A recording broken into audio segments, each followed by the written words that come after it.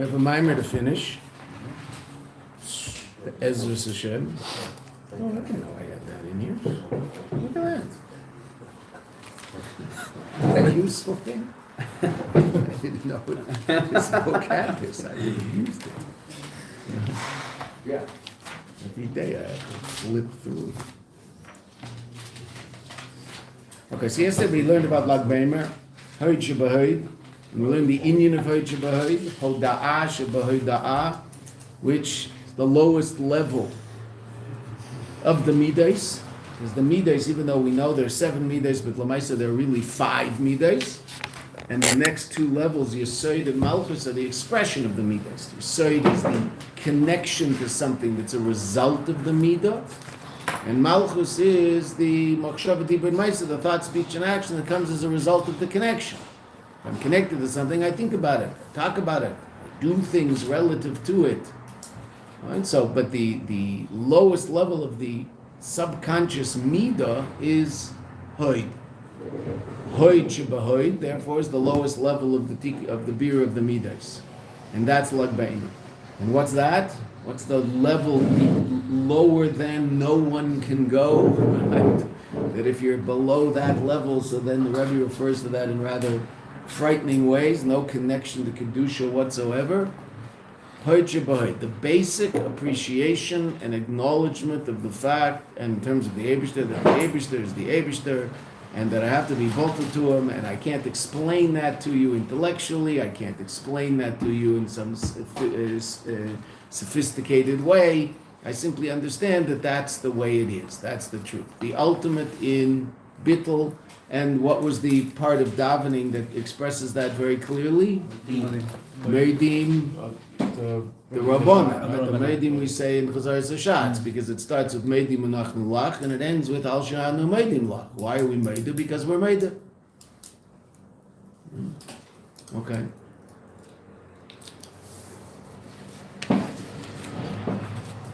And yet, even though that's the reality of Lag Baimer on one level, why is that connected to the Rashbi? What did we see yesterday? What did the Rashbi do on that day, firstly, other than pass away?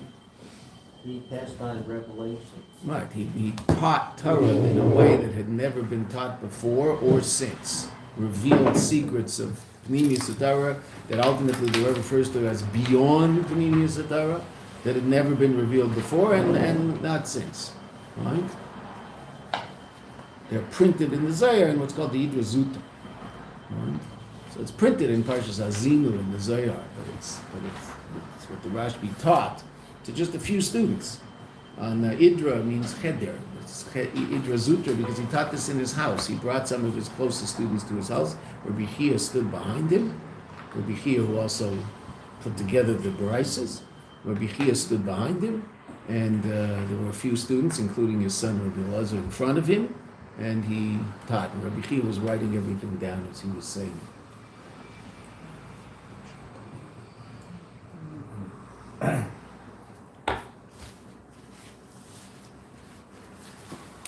And why did he reveal this on Lag Baimer?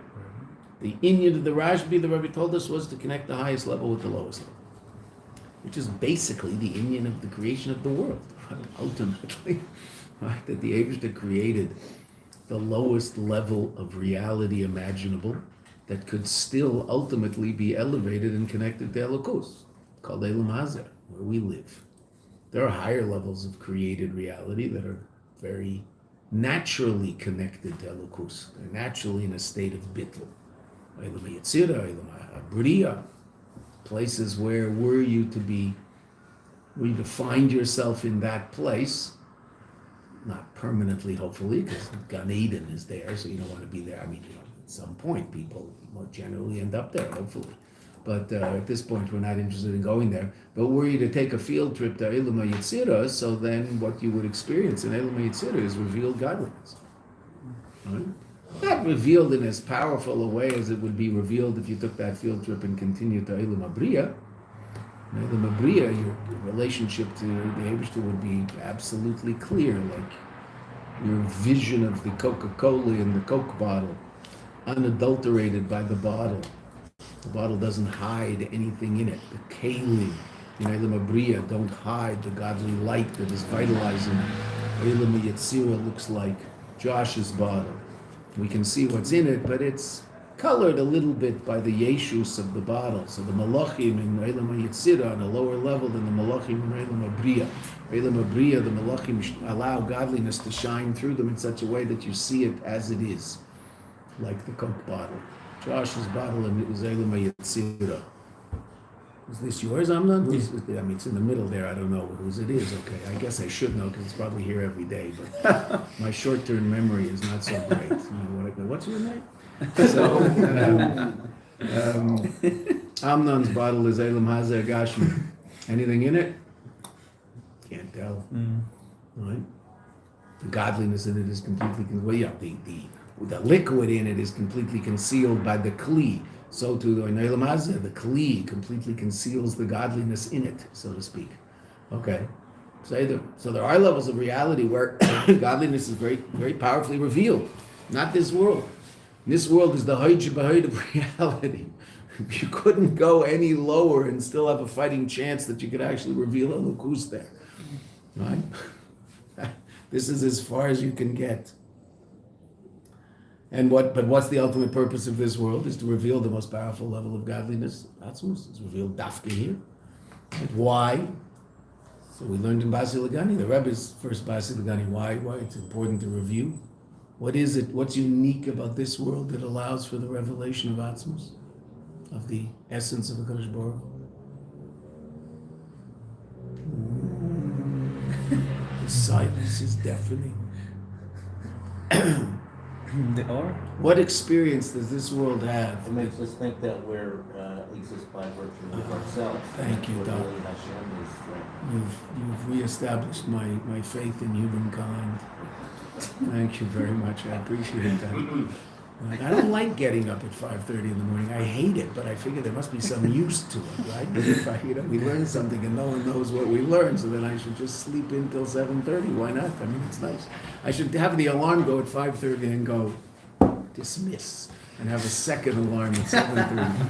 Right? Snooze is not good enough. 5 minutes, that's not worth anything. You need a good dismiss and just,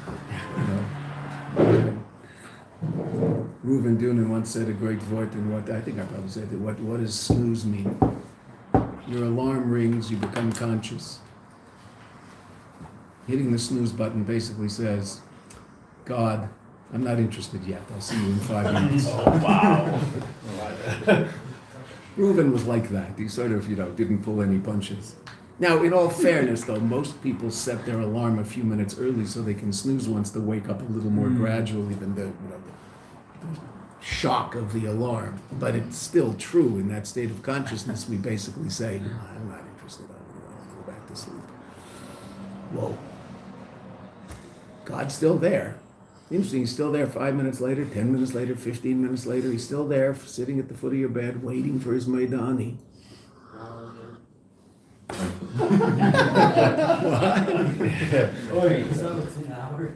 That must be so, right? Rabbi Levinger's whole thing about the bacher who sets his alarm and he doesn't wake up, and his Yitzhar tells him to go back to sleep, so he goes back to sleep till 7, and then he wakes up again, and his Yitzhar sends it, so he sleeps till 8. And then he wakes up, he looks at the watch, it's 8 o'clock, I have to get up, he falls back to sleep till 9. Right, gets up, looks at the watch, I have to get up, his Yitzhar sends him back to sleep till 10. 10:30, looks at the watch again, finally gets out of bed at 11:15, says, Baruch Hashem, I beat my Yitzhar.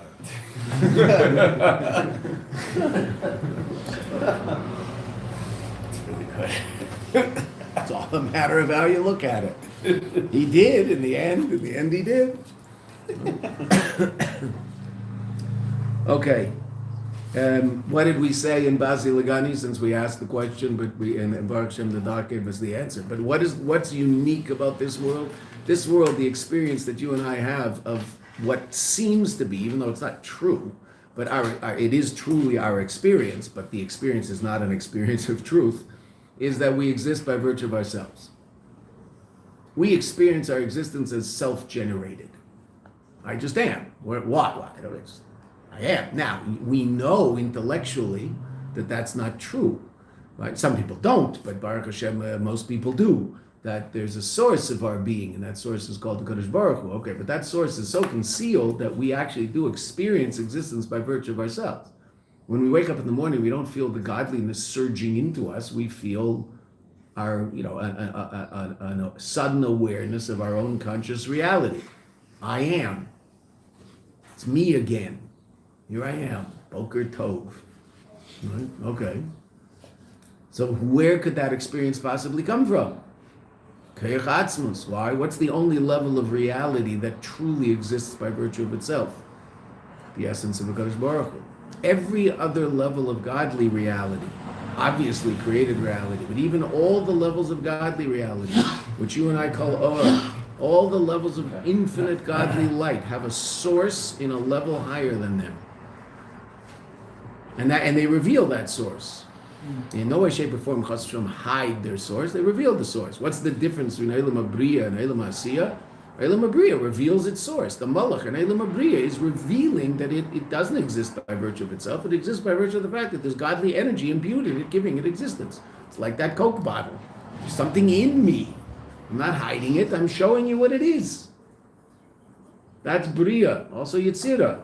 Okay, there might be a little more Yeshus in the Malach and Eilam Yetzirah. He might be willing to talk about himself. In Eilam Abriya, the word I doesn't even exist. In Eilam Yetzirah, I mean, there's the awareness of the fact that I exist, but that I is completely bottled. That's called Bittul HaYesh. There is a Yesh, but it's bottled. It's not interested in itself. It doesn't talk about itself.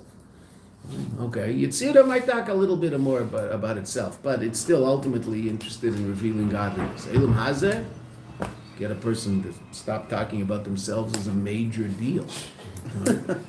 Even if they talk, if they talk about something that has nothing to do with something else, they'll make sure that somehow in the conversation they'll throw in some words that you'll know they do X or they're Beseder or they were this or right there. Throw in a few words just to make sure that you know they're a big tzaddik.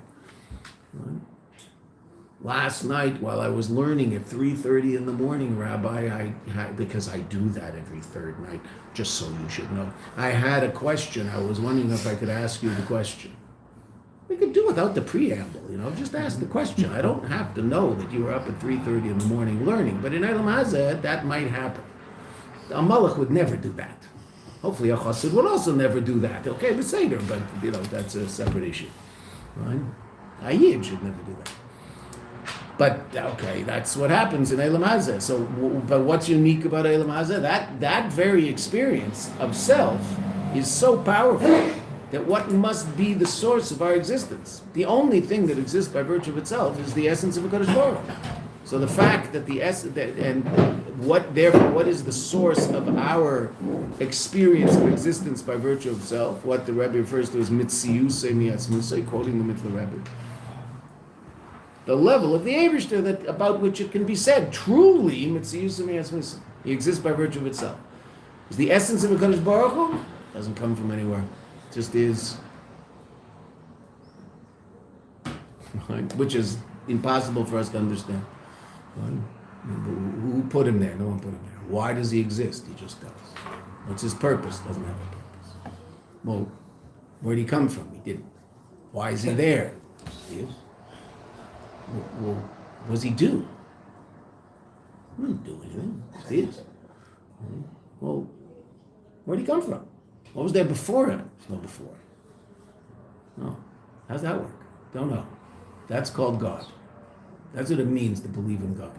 That's the God that you can't understand, so you have to use the power of Emunah, which is a power that allows you to connect to places that intellect can't get to. The power of the soul called Emunah is what allows you to connect to that level of Elokus. Called that Etzem. Okay. You can't understand it. It doesn't make any sense. Why in the world should there be such a being? I don't know. Well, where did he come from? He didn't.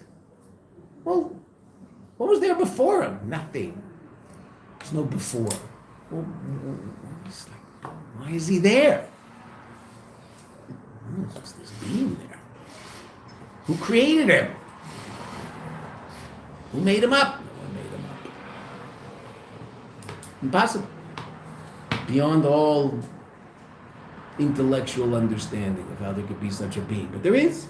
And interesting enough, that being is completely and totally invested in you, which is really quite astounding.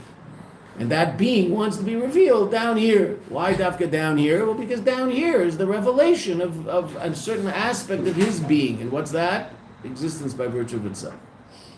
Down here it's not true. But the very fact that you and I experience that seems to indicate that our source is in a place where that reality exists. Light can't give me that experience because light doesn't have that experience. Light does not in any way, shape, or form experience itself as independent of its source. You and I might. Matter of fact, we do. We experience the independence. We might be smart enough to realize that that experience is not a true one, but we definitely experience it. So that's the advantage of Eilam Hazeh. So on a certain level, Eilam Hazeh, Lag Baimer is the microcosm of Eilam Hazeh. The highest level and the lowest level coming into contact one with the other. Well, absolutely, 100%. And it's Dafka the Torah, the Rashbi, that is what was revealed in order to help us bring about that connection in a revealed way. How do we reveal Atzmus in Eilam Hazeh? Fatzas Mayanot is revealed to bring about a revelation of Pnimius Torah, the Torah that the Rashbi began to reveal in the most powerful way, which that not began, but he revealed in the most powerful way, Dafka Lag Baimer. So let's just start about 8-10 lines up. Hine Zmani Stalku Shulay. About 10 lines up. We read it yesterday, but we'll start from there and finish the Maimon. Hine Zmani Stalku Shulay Shagila Az Razin Tamirim. He revealed secrets, hidden secrets, Shalamayla Gami Pnimius Torah, beyond anything in Pnimius Torah. Nothing else touches the place of that which the Rashbi revealed on Lag Baimer. Haya b'madrega yeser achreina ha'ijabah. Was on the level, the last lowest level. What's that? Ha'ijabah. That's why Lag Baimer has to be on that's why the passing of the Rashbi Dafka has to be on Lag Baimer. Shezeu is kashrus the emigumi meimer tachas. This is the connection of the highest level with the lowest. These kashrus zu. That's what we got to yesterday. These kashrus zu efshar liyos. This connection, it's possible that it could be rak b'koyach shelamayla miseder ishtalshlus, only from a level beyond seder ishtalshlus, connecting the natural world to a level beyond it can only happen by virtue of the revelation of a level beyond it. Right? The natural world, by definition, is limited by its natural state. Right? You say it in English if you don't remember it in Hebrew, but you should remember it in Hebrew also. What's the little Chassidish pidgam that relates to this idea that the Rebbeim say all the time? That the world can't take it. We saw it also relative to Shabbos. We talked about it then. Shabbos can't take itself out of the realm of time. It's the highest level of time, but in order to bring about a true rectification of the Midas, it has to come from a place mimachros of Shabbos, above Shabbos. Because Shabbos, as much as it's the highest level, and it's the level of Seder's money, it's still Shayach too, created reality. What do we say? Eina Oser Yochel Lahater Atzmai, the prisoner can't free himself. That's a statement that's brought so often in Chassidus. That's why we mention it all the time. You should remember it. So what koyach is that allows for Hod Shebahod to be connected to the highest level imaginable? Obviously a level beyond the natural state of the physical world, beyond Seder Ishtalshu. Right?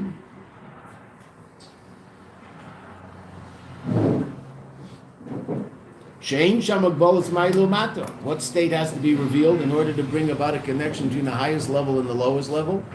A level that's beyond high and low. If I'm talking about a level of reality that's limited by virtue of the description of higher and lower, so then higher and lower is higher and lower, and therefore higher is higher and lower, and never the twain shall meet. How do I bring about a synthesis of those two things? Obviously a revelation of something beyond them. And this is the connection of Lag Baimer to Sfir Seimer, because what did we say the Koyach of Sfir Seimer comes from? Something beyond the natural order. The prisoner can't free himself. The Nefesh Bahamis can't elevate itself to a level of Kedusha. The Nefesh Bahamis can discipline itself, can be very disciplined to get up without even one snooze. It can be very, very disciplined, the Nefesh Bahamis, but it can't transcend its Behemishkeit unless the light of the Nefesh Elokis illuminates it, which is what Sfiras Omer is all about. Sfiras Omer isn't simply about disciplining the Nefesh Bahamis. Yiddishkeit isn't about disciplining the Nefesh Bahamis. I can't do it without disciplining the Nefesh Bahamis. I can't do anything without disciplining the Nefesh Bahamis. But it's not about discipline. The discipline is simply that which is necessary to bring about the real Aveda, which is to get the Nefesh Elokis, to shine through the Nefesh Bahamis, because you have a Nefesh Elokis. So that's why, therefore, your Veda should be a function of your Nefesh Elokis expressing itself. It can only express itself through conscious you, which is your Nefesh Bahamis. Okay, that's true.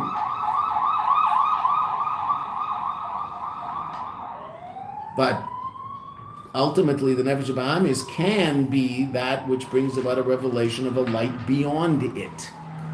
That's for example, Makros Shabbos. The Rebbe told us that. Where do we see that so clearly? Lag Beimer. The Zerah Shaykhs the Lag Beimer, Lavedit Zvir Zaymer. Liyesh, Lag Beimer, since Lag Beimer, who are Gilu Shalamaylam Ishtal Shalus. It's a level beyond the revelation of a completely transcendent level of godly reality. Dafken Hajabay. With this power, Dafka Efshar Liyas Aved Svir Zaymer. Alright, so how do we count until 33? This was a leg beimer last year also. We'll see. Canal, like that which was said earlier, Kenizkar Li'il, that which was mentioned above. Binyan Mimakos HaShabbos. Lag Beimer is the day that expresses most powerfully the idea of Makros HaShabbos, the connection between the highest level and the lowest level, and how elevating the lowest level is all about connecting to the highest level, as opposed to simply disciplining the lowest level. You can discipline a dog, but he stays a dog. Well, doesn't mean he's bad. He's not bad. He is what he is, right? He's a dog. That's the able to create him. He's a good dog. He's good at being a dog. He doesn't ever do anything against the will of God, that dog, ever. So don't ever put down dogs, because they're a lot better than us. Because we can do something against the will of God. They can't. Okay. Now, it's not they don't because they've done unbelievable avodah to become a Chassidish little dog. They're just the way they are. It's the way the Rebbe created them. Okay. But you and I have the ability to do something that's completely and totally off the wall. But that also means that when we do things that are connected to truth, they actually mean something. Because the possibility of doing something else exists. So therefore our connection to Kedusha is actually real. Because it's a function of something we did. That's what we've been learning about. It's all our avodah from below. Right? Why is there avodah from below? Because the possibility of something that's the opposite of the purpose of our creation exists in our lives. Very powerfully. Therefore, what we do, if we do an act of Kedusha, it's an incredibly powerful act of Kedusha. Because there's a possibility of doing something else.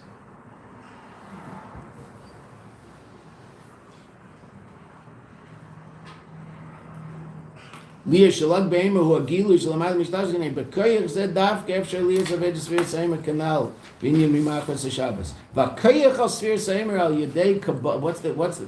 amazing thing? What's the koyach of Sfir Seimer? This incredible thing that everybody asks, how do I do this, right? Every day, a different midah. Okay, so there again, we mentioned earlier, Moshe, you told us about the app, I think, right? There's the app. Simon Jacobson's book has been put on an app. So some of the things in the book, you'll read it and you'll say, I can't relate to that. Okay, but it doesn't matter. He gives you a certain framework with which to work in terms of dealing with the day-to-day work of Sfir Seimer, which is very nice, very good. Okay, but bottom line, what's Sfir Seimer all about? Look what the Rebbe says. What's the basis of it all? How you think Kabbalah Soul, Dafka? Kabbalah Soul. What's Kabbalah Soul? So, a translation of Kabbalah Soul, it's not the only translation, but it literally means the acceptance of the yoke. Okay, say it. What's Kabbalah Soul mean? So Rabbi Lemon has a good translation, commitment. Commitment. Commitment means you do something regardless of the situation. Whatever's happening, doesn't matter. You're committed to doing this, right? Kabbalah Soul is the basis of any relationship. What's a relationship based on? Commitment. what hopefully grows out of that relationship? Something that we call love. Does it have to grow out of the relationship? Well, it should. It doesn't have to. Can the relationship be a successful relationship without the love? Yes. It would be nicer if there were love, but it can be a successful relationship if there's no love. It's lacking something, but the relationship can still be a successful relationship. Okay, marriages can work that way. We'd rather there be love, obviously, but if there's commitment, the marriage will make it, because the two people are committed to the well-being of each other, and so they stay together and work through whatever has to be worked through and make it happen. Do they? It's a funny way of expressing this in English. Falling in love. Usually, falling is not the most positive thing in the world. Okay, to say. But do they? Might love grow out of that? Hopefully. Okay. So too with the Eibishter. What's the basis of your relationship with the Kadosh Baruch Hu? Kabbalah Soul. What's that? You're committed. What does that mean? If He says, you do. No questions asked. You get it, you don't get it, you want it, you don't want it, you understand it, you don't understand it. It speaks to you, it doesn't speak to you, who cares?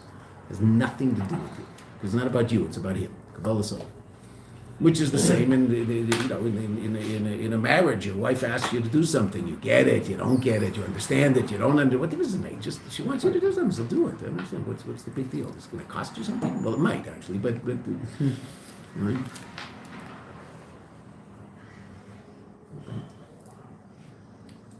Now, obviously, you can have a discussion with your wife as to whether or not this is the most reasonable thing to do. You don't have those discussions with the Kadosh Baruch Hu.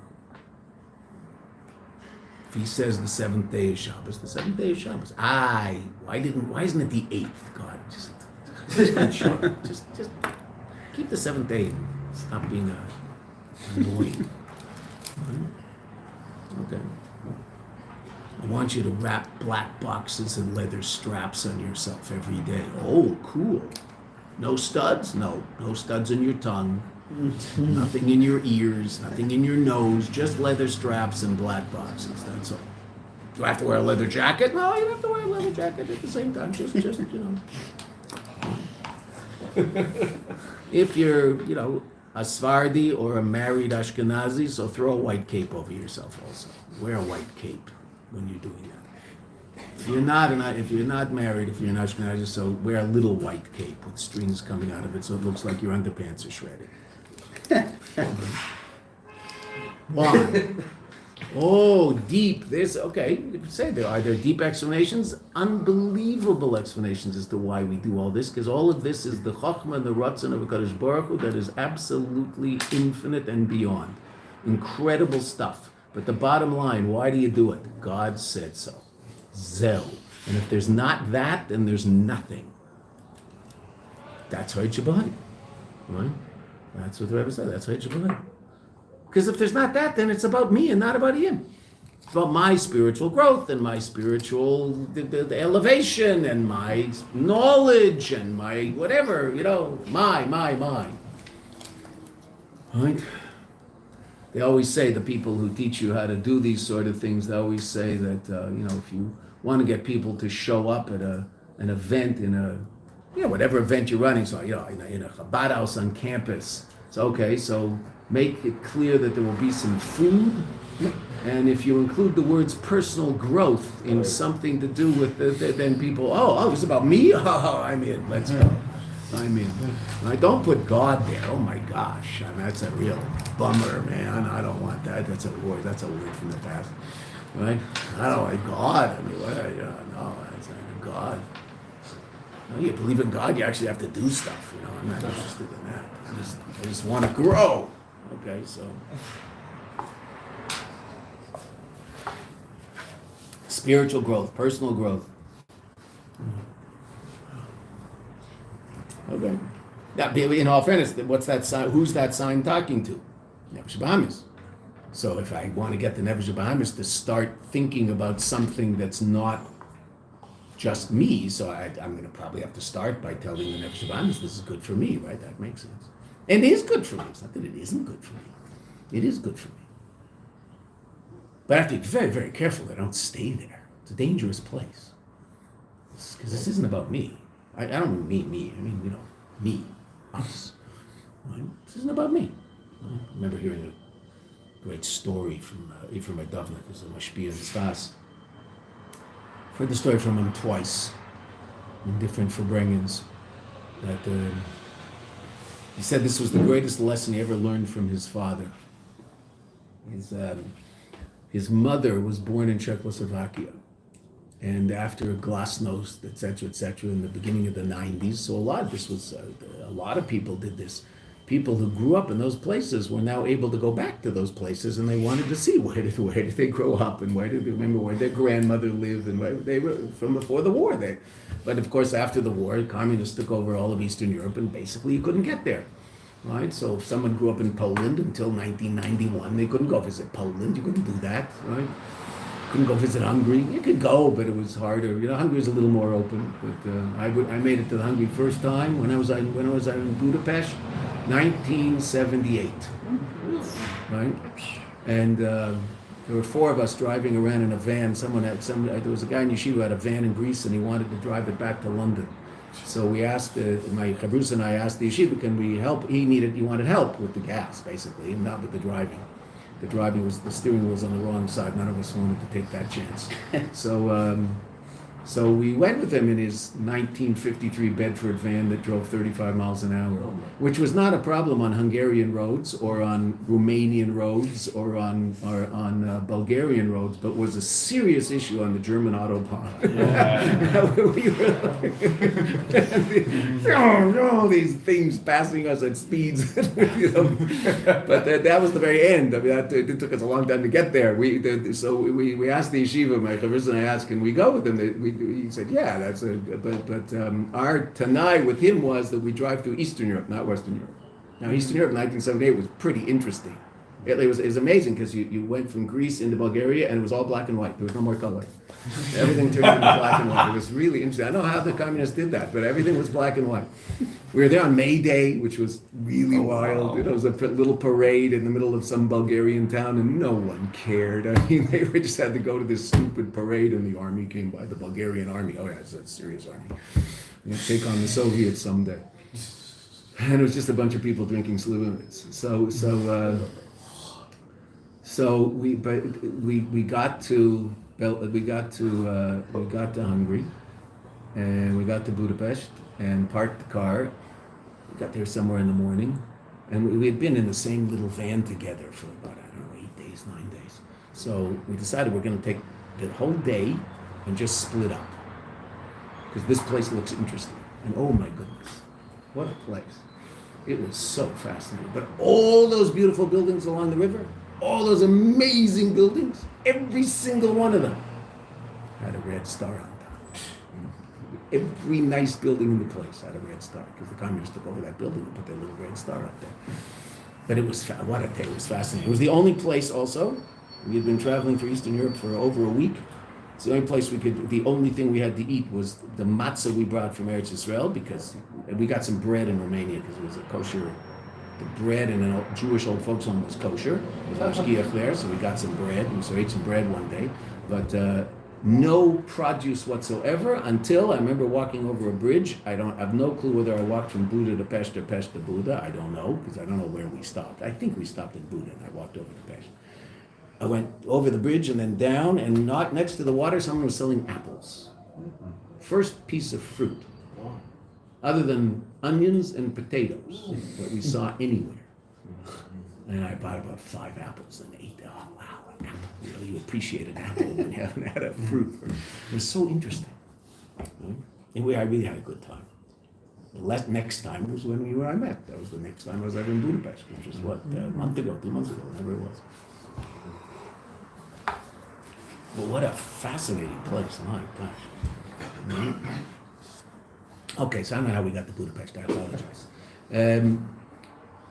Kabbalah Zol. Kabbalah Zol is, I do what has to be done because it has to be done. Now I don't want to stop there. That's Reishis Aveda. That's the foundation of it all. Without that foundation, there's no building. But I want to build a building. The building should be a building of intellectual understanding, of emotional love. The building should be a real building. But without the foundation of the commitment, there's no building. And this is just an important thing to say because most of the people in this room are before marriage, right? Marriage is about commitment, not about love. The Western world says, fall in love and get married. Well, 90% of the relationships that work that way fail. Why 90%? Not 50%? Not only 50%? 50% of the marriages that start that way fail. How many relationships did each of those people have before they got married? That were real relationships with people they cared about, so when the relationship ended, they were in emotional turmoil. Because they cared about those people. These are real people, right? These aren't machines. Oh, wow. These are real people who had relationships in, high school, college, work, wherever they had they had 2, 3, 4 relationships that they cared about, but for whatever reason it didn't work. Then they found that's usually the case, then they found someone to marry, and there's a 50-50 chance that that'll work. So you're talking 90% failure rate in Western relationships. Why? Because it's based on the wrong premise. It's based on a premise called love. Bad idea. Right? What does it have to be based on? It's based on something called commitment. And what might grow out of that? Love, hopefully. And if you base it on commitment, then it works. And that's what it used to be. Right?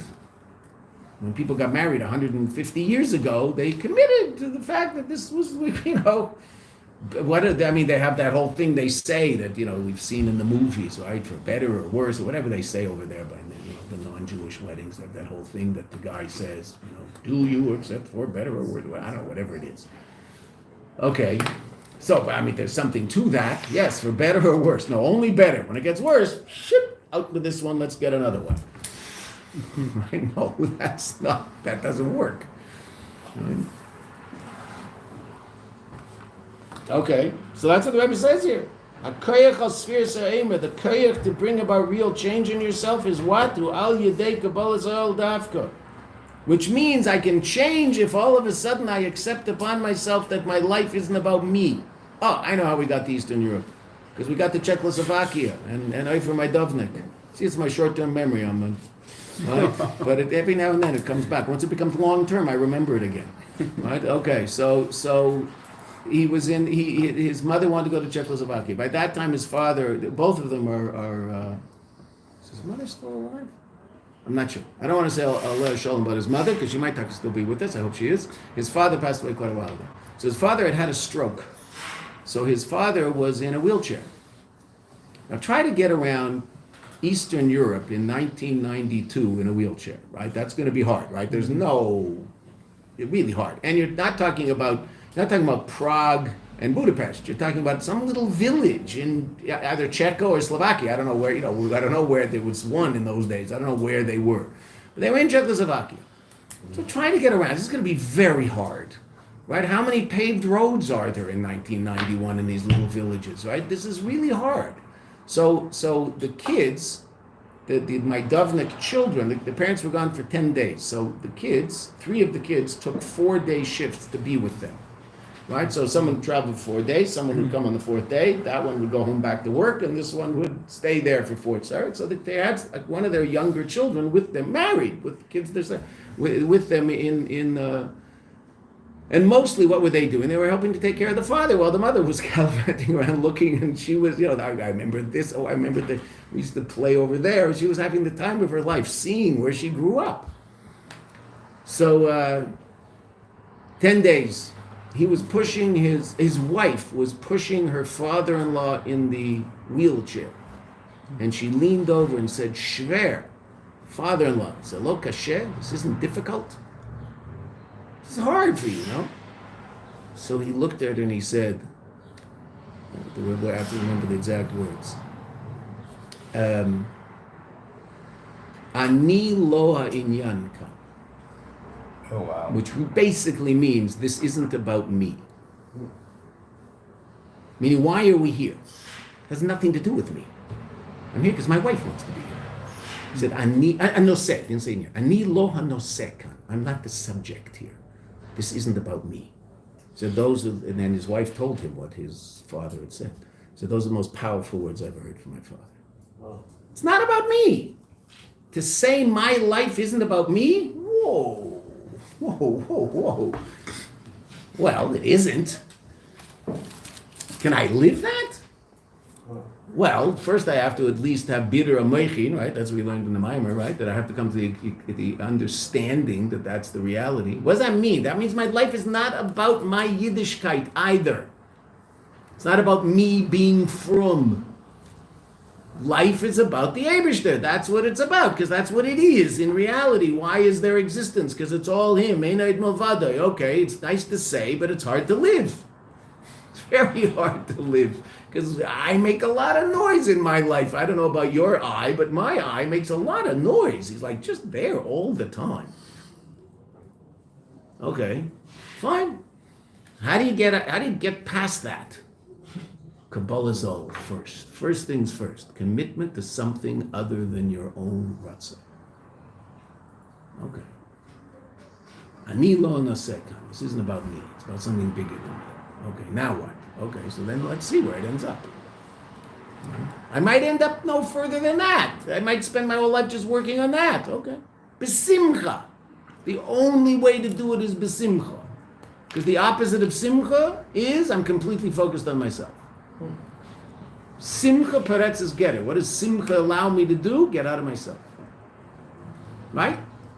The miser, when he's in a state of simcha, gets out of himself and spends a fortune on his daughter's wedding. Why? Simcha. Peretz is getter, the Rebbe Rashab says. Simcha breaks boundaries.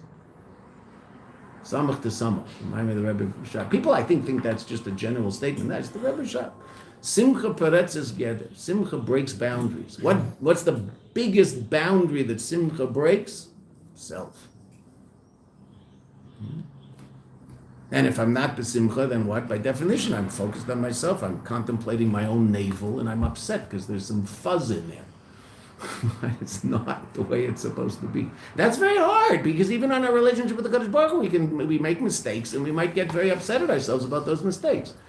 Okay, I understand I'm not supposed to be irreverent and not worry about the mistakes, but I get too upset about those mistakes. First of all, the Alter Rebbe says, Tanya, what, you think you're not going to make mistakes? I understand. Who do you think you are? Moshe Rabbeinu?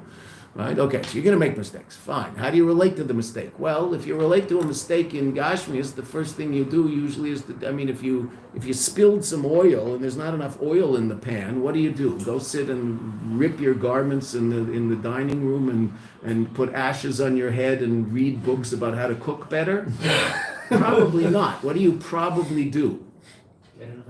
Get a little more. There you go. There's a smart guy. You take a little more oil and you pour it in the pan, right? I mean, what are you, idiot? What are you doing? Right? Okay. So you make a mistake in your relationship with the Eibishter. Rip your garments, go sit, put some ashes on your head and go sit in the corner of Zal looking very unhappy. So then you look serious and religious, right? And do tshuva. No, just go do a mitzvah. Right? You're really stuck in yourself? Go find someone to do a favor for so you can get out of yourself. Right? Go find some other Jew who needs some help. Right? Story of our son. We have to finish this moment today. We will. Story of my son is he was in Yeshiva Ktana, first year Yeshiva Ktana, so these are 13, 14-year-olds. He's in Lud. The place is packed. There's not one empty chair in Zal. And so, davening, everybody moves their chair at the same time. 300 little mushrooms with they look like little mushrooms with those hats that are too big. And right, they move their chair back to stand up and move their chair forward. So you hear this scream. It's like a jet engine taking off. Right? So my son is sitting across the table from a young Kupchik. And all of a sudden, right at the beginning of davening in the morning, Kupchik comes in, puts his tefillin down, starts saying karbonis, has his look on his face, takes his Rashis and runs out the door. Now, if you're late for davening, that means you're going to be late for breakfast, which means you're going to be late for the first class. And if you're late for the first class, they don't kill you, but they come as close to that as they can. Right? It's very it's it's an army. They're getting these kids trained right. It was pretty tough. Okay, so Kupchik disappears. Comes back about 25 minutes later. davens a little faster than he'd like to so he can catch up. And by the time they get to the first year, he ate a 2-minute breakfast and he was in class. After class, my son asked, where'd you go? This is a 14-year-old. Now, I'm saying the last name Kupchak because if you ever heard about the family, you'll understand where he got this, but okay. 14-year-old. He said, well, there was a problem with my straps and my tefillin, so my father got me new straps. And I never put them on, and I realized these tefillin had never done mitzvayim. They'd never been put on someone else on the street. I'd never done mitzvah tefillin with these tefillin. How could I put on tefillin that I haven't done mitzvayim with? They're not even kosher. So he ran out. Before he put on tefillin for his first time himself, he ran out, found someone, and it took him 20 minutes. Lord, most people in that neighborhood who put on tefillin, right? He found someone who hadn't put on tefillin, wrapped him up, ran back to Zal and said, now my tefillin are kosher, because I put them on another Jew. Whew, 14. That's a chassid. He's a shaliach in Delhi now. Wow. Right. That's what he did when he was 14. And his parents, with 11 kids, went to a place in India called Pune for Purim, because they heard there was an ashram in this town, so they went for Purim. Pune. You ever heard of Pune? You never heard of Pune. 7 million people in Pune. Well, you heard of Pune because Lubavitch is in Pune, right? But 7 million people in Pune. Pune is bigger than Chicago, right? Who ever heard of Pune? Well, there's 15 cities in India bigger than Chicago that you've never heard of, right? There's 25 in China that are bigger than that you never heard of. Okay, Pune. Who ever heard of Pune? Okay, so Pune actually has an unbelievably good hospital that unfortunately, my son, when he was in Pune and Shlichus, ended up in the hospital, but it's okay. He's okay. So the Kupchaks went to for Purim, and they had like 200 Israelis at their Purim, so they were, whoa, okay. So they decided we better go back for Pesach. This was with 11 kids. We better go back for Pesach. They went back for Pesach. 150 people at the Seder. So they moved there with 11 kids. They just picked up. He used to be his teacher in Sfas. They picked up and moved to Pune. He was the first shaliach in India. It's all Kupchaks. This is his son. I don't know where he got it from. They moved it. They brought up the 11 kids in Pune. So now one's in Bolivia. Schneer's in Delhi. You know Schneer Kupchak in Delhi? It's special guys. That story's about him. That film story's about him. Special guy. This last year we were there in his house in Tishrei, so he told us we were there after Rosh Hashanah. What happened Rosh Hashanah? Because there was a lot going on. The Iranians had attacked us. And the Iranians and the Indians get along. So,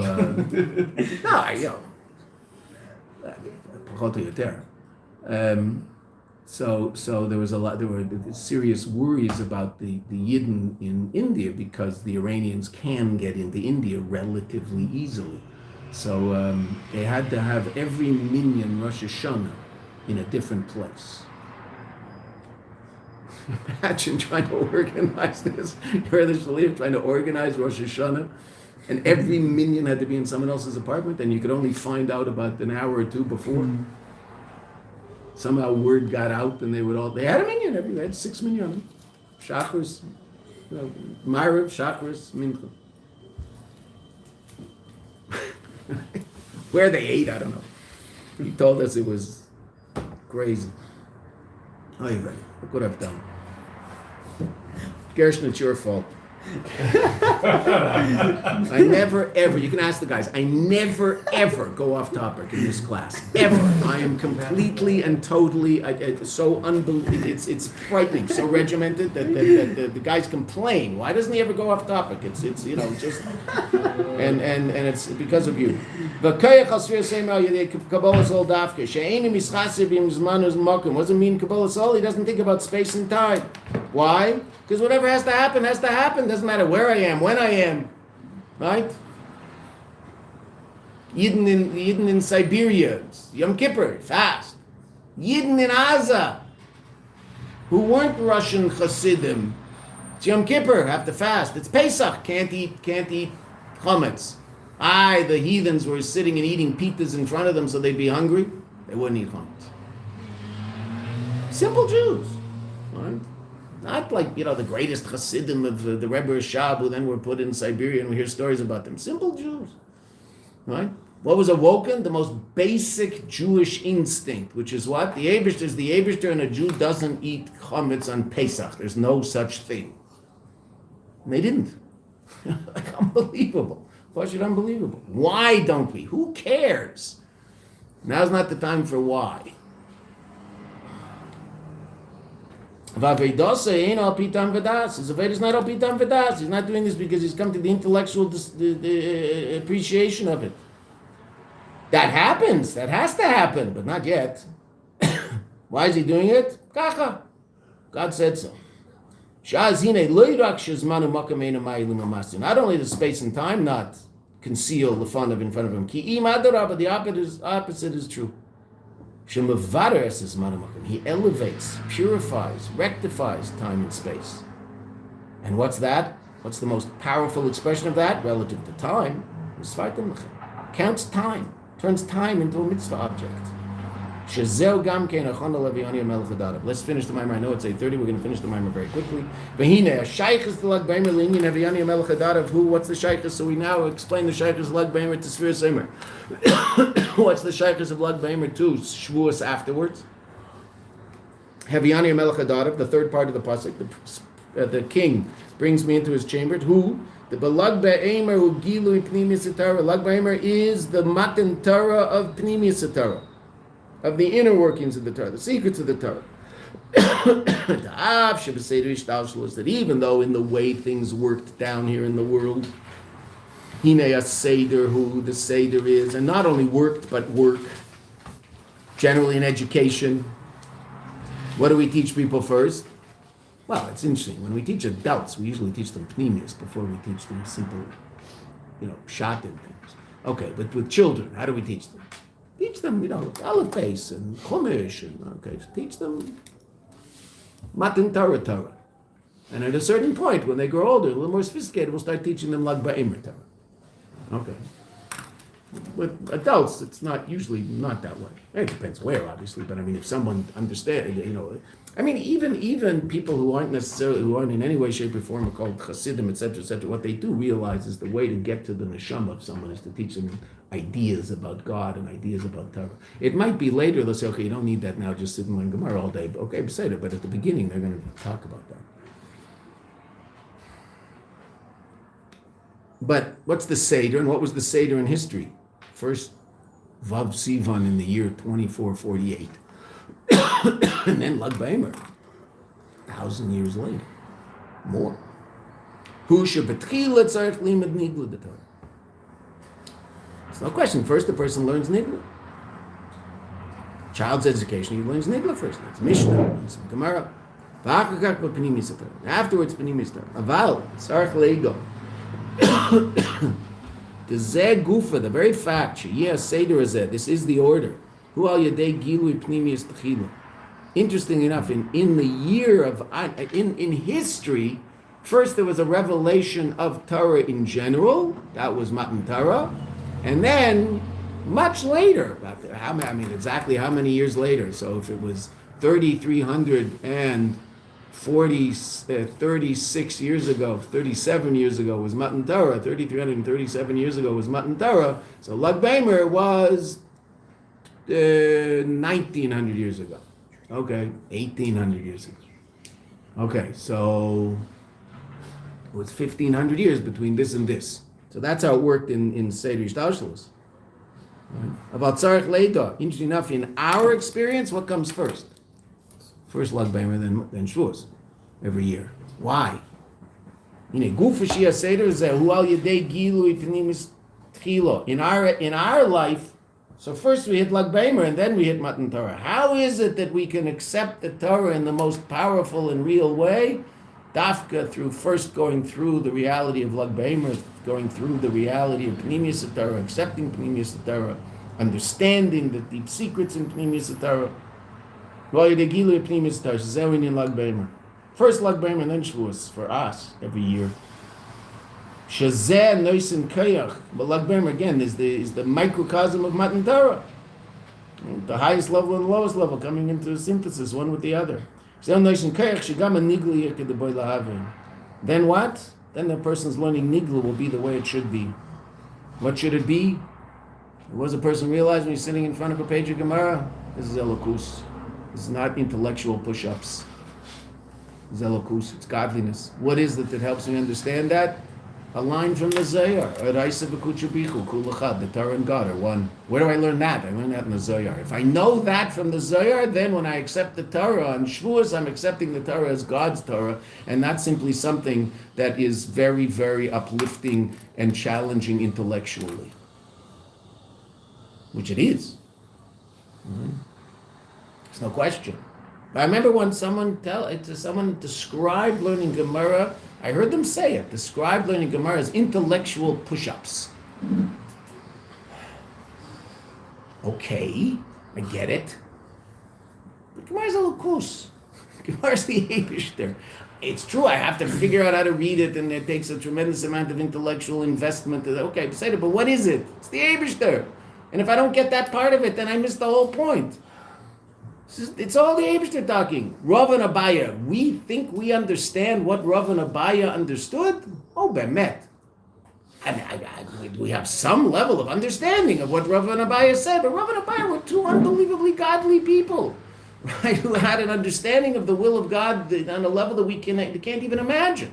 Okay, so we do our best to understand them on the level that we can understand them, but the Lamed Ad Seif Data, to get to the deepest point in Rava's understanding of this particular expression of God's will,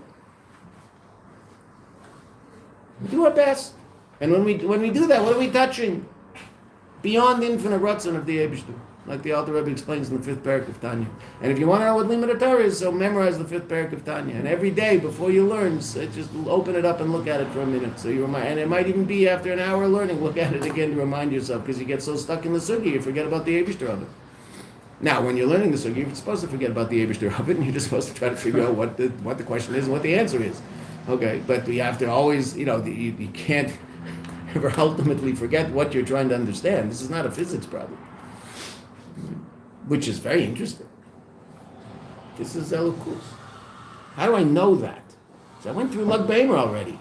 V'zeh masha remez al Lag B'Omer. Who? What's Lag B'Omer? Gal einai, David HaMelech says. Gal, oisius lag.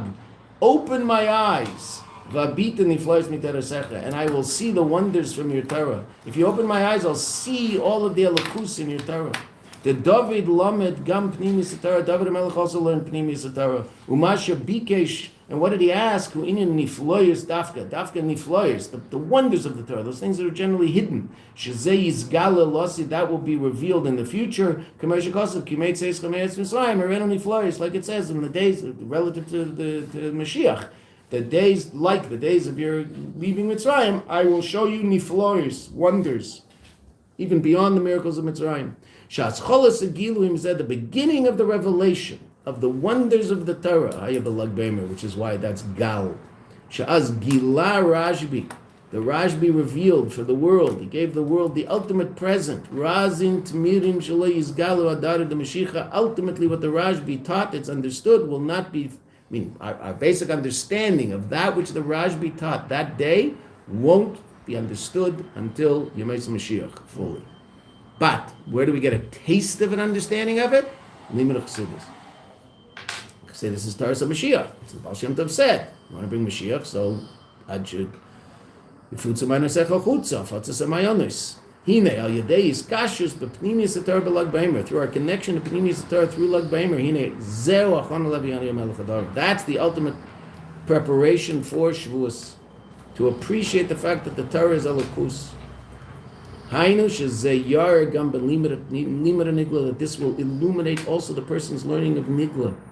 To find the Eibishter, we call Nigla revealed Torah and Pnimis Torah the hidden Torah, but it's the other way around.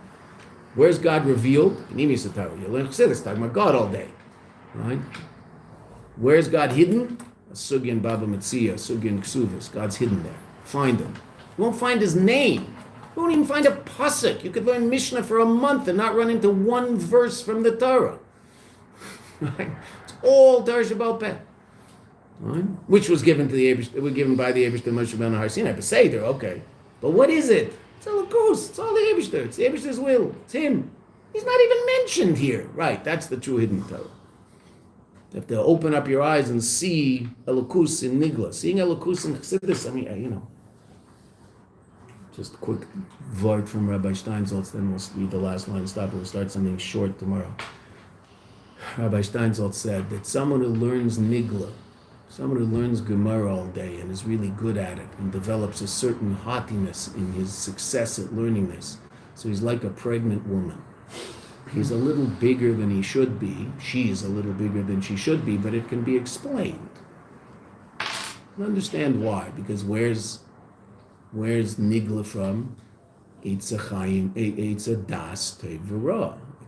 That's Nigla. Right? Eitz Das.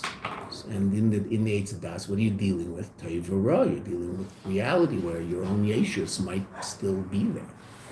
So a person who becomes haughty by virtue of his understanding of Nigla, so it's not right. Okay, he's bigger than he should be, but you can explain why that might happen. You have to be very careful that shouldn't happen. Okay. A person who learns Chassidus and is haughty by virtue of what he knows, said it's like a pregnant man. He's bigger than he should be, and there's no explanation whatsoever how this happened. Right now, I know today you might get an argument on that, but that's only because people keep getting stupider and stupider. Right? But in real life, normal, healthy people know that what they're Someone sent me something the other day. How many people are there? 8 billion something people. So he wrote something. 8 billion people on Earth, and there's 8 billion. Let's say 42,008, whatever. So 8 billion 42,008 were born from a woman. 0 were born from a man. Just so you should know that. You have to say that. Shazam. It's just so unbelievable. Open my eyes. What Torah? The Rebbe says it, last line. What's it all about ultimately? In Nigla, what will you see? You'll see godly wonders. Meilin Chassidus. You have to be a moron not to see godliness in Chassidus. That's what it talks about. Where do you have to see the Eibishter? Nigla. Peiros, and what percentage of loss in the peiros that you're watching in your barn, what percentage of loss are you allowed to accrue as a shemer, so that when you give them back, you don't have to give them back 100%, you only have to give them 99 or 98, depending on whether it's millet or rice. yeah, right. No, but what's doichen? No. Black, no. I looked it up yesterday because I forgot what it was in English. No, doichen is millet, and right. No. That Pishtan is flax. No, spelt and millet. That's what I was looking for. Spelt and millet. Okay, all these different grains, right? You have to know what the grains look like. You have to know how much loss there is in these grains, how much swelling there might be in the grains. Who cares? I mean, who cares? God cares. Why does God care? I don't know. But it's very nice of God to care about this, because then if you and I learn about it, and it's actually part of the reality that we experience, by learning about it, you can actually connect to Him. That's pretty nice of Him. That's kind. Because ultimately, how am I supposed to connect to Him? I'm down here, worrying about whether or not I cleaned my toes well enough in the mikveh before I went in. And He's like, so how in the world am I supposed to have a connection to Him? He came all the way down here and revealed Himself in how much millet and what's the other stuff? Millet, flax, spelt. Wheat. No, I know those were spelt. That was the one that I couldn't remember yesterday. Spelt. How much millet and spelt you're allowed to accept upon yourself as reasonable loss as a shamer. Who cares? Stupid question. Why? It's in the mission. And so what? Well, that means God cares, because that's His mission. Well, He cares about that? Yeah. Why does He care about that?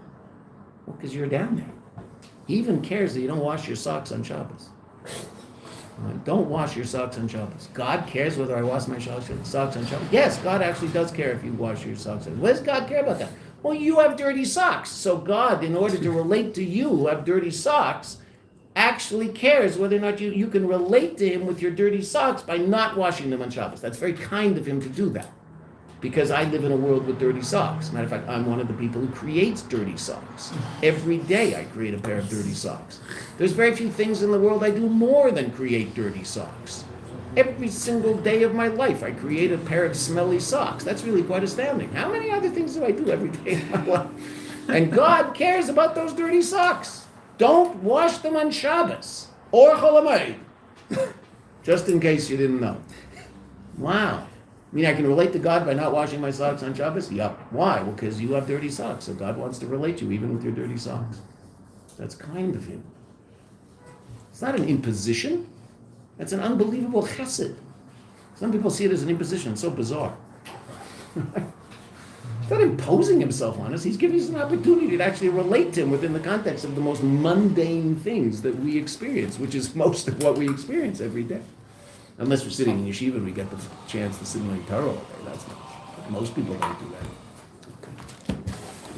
Okay. We will start a new Myra tomorrow. Now, I have no idea what my plans really are because I'm at the mercy of United Airlines, which I just found out, and the class is over and leave. Okay, but I did find out something very fascinating yesterday. I have a former student, my brother and I, who really interesting guy, lives in Diego, works for a company that creates the Wi-Fi and satellite systems for United Airlines and has a few million miles on United Airlines and is very close to the inner workings of United Airlines. So my brother was talking to him and he said something, he said, why did the airline stop flying to Israel?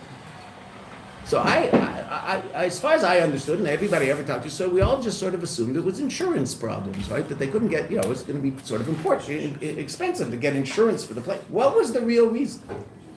The unions. The unions and the airlines didn't want to fly. Because why did they want to fly to a state of genocidal people? Oh yeah, it was the unions. It was the unions. Yeah. Oh, so how did they start flying? United. He knew only about United, but he said he assumes that Delta, the same American, they're problem. all the same. Why did they? One of the major shareholders of United, who was like a serious guy, they took this guy seriously because he was a major shareholder, took them to court. He took the unions to court and said, you're costing me money.